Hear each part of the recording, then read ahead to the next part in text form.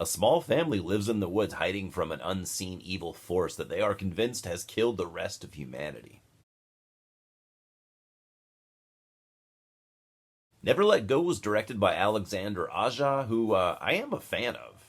He was one of the directors that helped bring the new French extremity to the US, and I love his early stuff like High Tension and his brutal remake of The Hills Have Eyes. I'm always looking forward to what he does next, you know?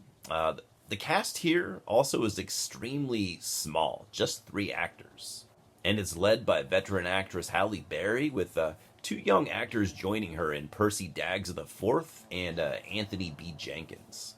You get a few other actor appearances, but they are very, very minor characters.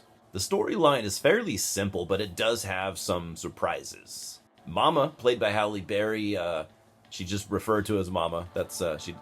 They don't reveal what her actual first name is. She lives out in the woods with her 2 sons, played by Daggs and Jenkins. It's been years since they have seen another human, and in fact, you get the idea that the boys have probably never seen anyone aside from their mom.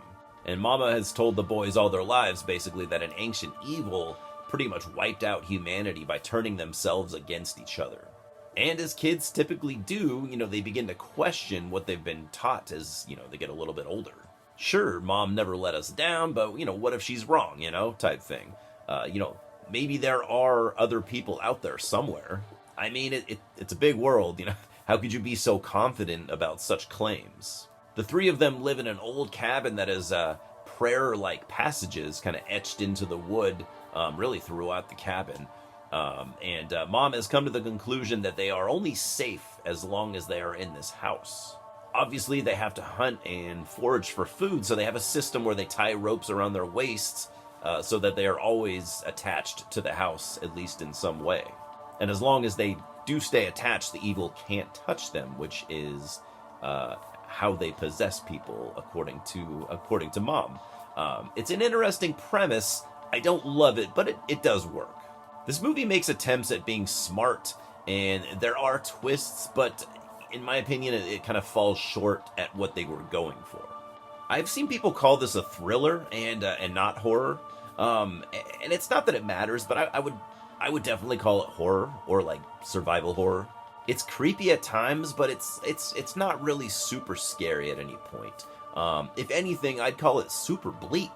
And, there are some really intense moments bordering on, like, kind of depressing. Being a dad myself, I was really rooting for the 2 boys mostly. I was kind of invested in them, at least enough to where I almost felt protective, and I did not want to see them suffer. And I thought their performances were actually pretty good, that they're tough kids, and they're always remaining strong and positive even when, bad things happen, like the food supplies run low. If you're looking for backstory, you don't really get it here. You only get what Mom tells the boys, who are beginning to, like I said, question her, especially when inconsistencies, in her stories start popping up. As the viewer, you begin to question her too, like all you know about her is that she has a past that she doesn't really care to elaborate on.